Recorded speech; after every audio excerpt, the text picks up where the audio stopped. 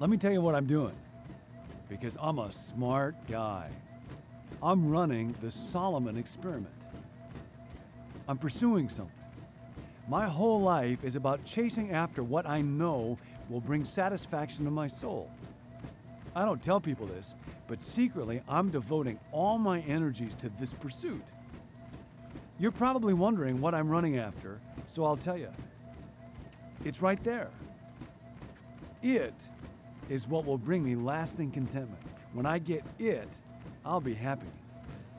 I want it so bad. I'm running after it with all my might. I know if I could just reach it, just grab it, just obtain it, just hold it and clutch it, then finally I'd be truly satisfied. I think I'm gonna reach it soon. You know, I've spent my whole life running after it. When I was a kid, it was good grades. Somebody told me recently that kids in our area say parents send them two messages. One is that money isn't everything. The other one is you gotta get good grades. But the reason you gotta get good grades is so that you can get into a really good college. And the reason you gotta get into a really good college is so you can get a really good job. And the reason you gotta get a really good job is so you can make really good money. So it's a little confusing for our kids. I got pretty good grades, not good enough to get into Stanford. So I've had to recover. Now I work at a church, helping people who didn't get into Stanford recover from not having gone to Stanford. And helping people who went to Stanford recover from having gone to Stanford. It turns out good grades weren't it. They were nice, but they weren't it. Then there was a girl. When I was in school, there was a girl. And I thought if she would ever go out with me, that would be it. She was beautiful. And everybody wanted to go out with her. She ended up going on into acting and becoming famous. She went out with me, of course, and that was nice and all. But it wasn't it. Might have been it for her, wasn't it for me. As I have gotten older, I find that it seems to be elusive. When we first got married, we lived in a tiny little apartment. We had only used furniture. Going out to eat at Carl's Jr. was like a major splurge.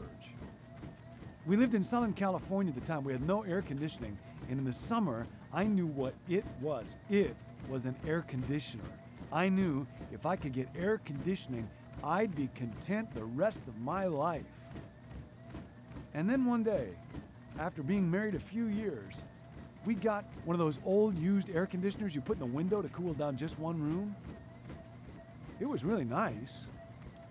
But after a while, it didn't make me feel grateful anymore. I got used to it.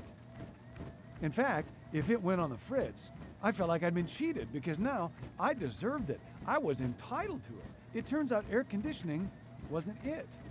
I thought maybe it was when I would get a promotion. I thought maybe it would be when I got married. Then I thought maybe it would be when we would start a family and get kids into the house. Then I thought maybe it would be when the kids grew up and got out of the house. I thought maybe it would be when we could go on the right vacation. I thought maybe it would be when we would save up enough money for retirement so that we would never have to worry about money again. I know it is somehow connected to money, probably a lot of money. Everything has a price tag. I think the problem is I just don't have enough money yet. I'm not quite sure how much exactly is enough. I guess I'll know it when I see it.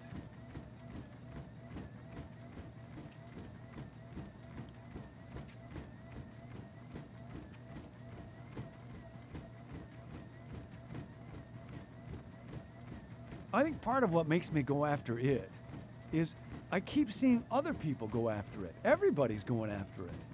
And it's real helpful to keep track of other people. I find that comparing myself to other people is how I keep score.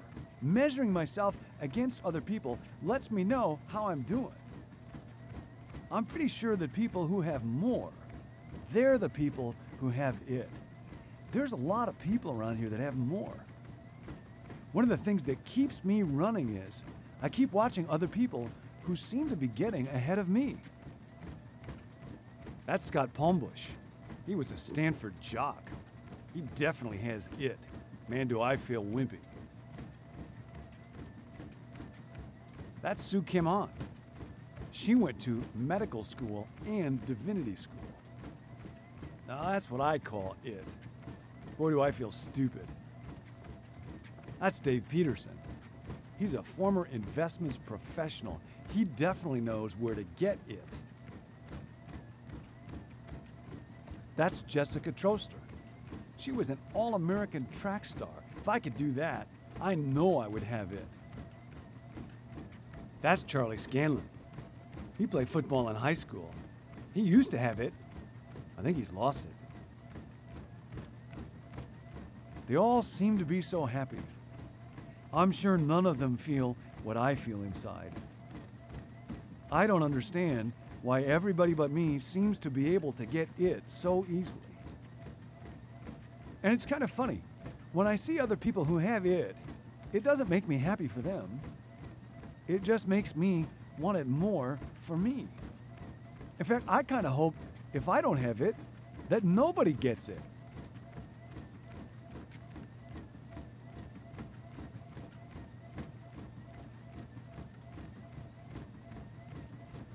The good news is, I'm gonna get some help going after it. I got a letter in the mail recently, no kidding. Let me tell you about it. On the outside of the envelope it said, "You're smart, you're confident, you're successful." How do they know that about me? They've done research. You know, they don't send these offers to people who are just dim bulb losers. They say, "You're about to become as giddy as a kid in a candy store." And it's no wonder when I read the letter it gets better. "In light of your established credit history, John C. Ortberg," these people know me. They are my friends. They know my name. "We would like to offer you a credit card. It's platinum, with a personal credit line of thousands of dollars, because we know you'll make your payments on time, keep your balance under your credit limit, and not have any payments returned." They know this about me. They are confident in me. I'm not sure my mother believes in me this much.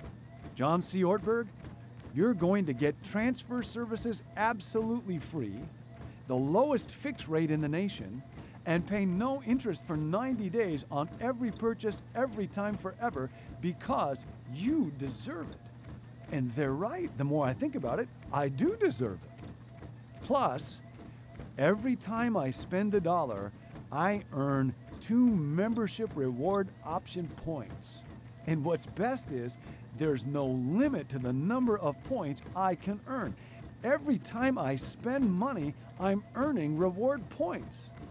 It's signed by the president of the company, who adds, "I greatly look forward to welcoming you as a card member.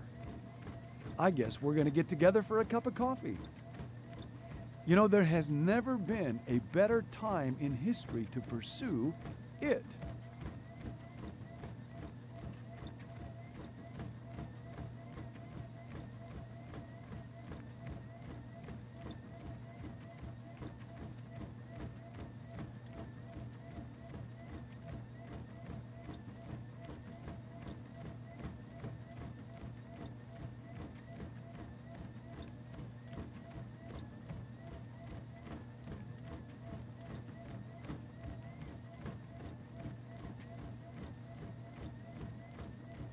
Of course, I understand that I have to sacrifice to get it. If I don't keep after it, it'll get away from me. My wife, my kids, they don't really understand about it. Now, don't get me wrong. I go to my kids' games. I meet with their teachers at school. It's just that it is on my mind all the time. Even when I'm home, I'm consumed with it. When we're sitting around the table, on those rare times when we all eat together, I gotta keep my cell phone handy, because it might be texting me. In fact, one of the things I'm learning about it is, if I'm going to get it, I'm going to have to move faster. Because it's moving faster all the time. I realized my old pace was not going to get me there. So I'm getting up a little earlier. I'm working a little later. I'm squeezing in a few more emails. I'm juggling a few more balls. I don't pray much, to tell you the truth. When I do, it's mostly on the run. When I do, to be honest, it's mostly about it. God, help me to get it. God, why can't I have it? Or I pray about health or problems at work or relationships or things that will get in the way of my getting it. I'll tell people sometimes that I'm going to pray for them or I'll pray about other things, but the reality is it is always on my mind. I don't understand why God is not more committed to letting me have it.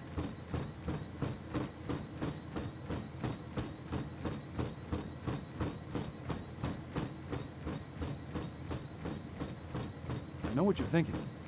Can I keep going at this pace? Is it going to be too much for me? Am I going to have a heart attack or something? Well, don't worry about me. I can take it. I can go like this all day.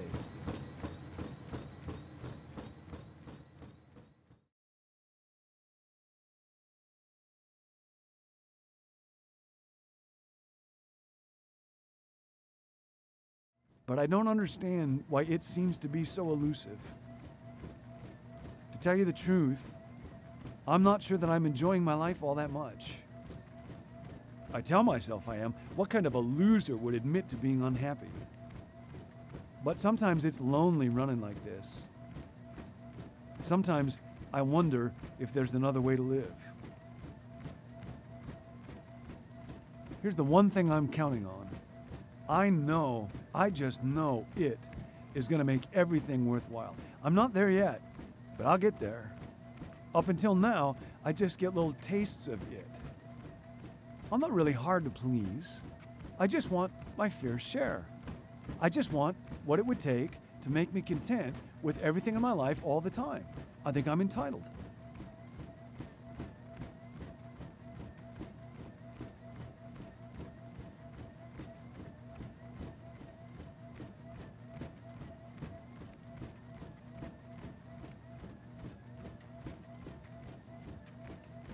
So I keep running.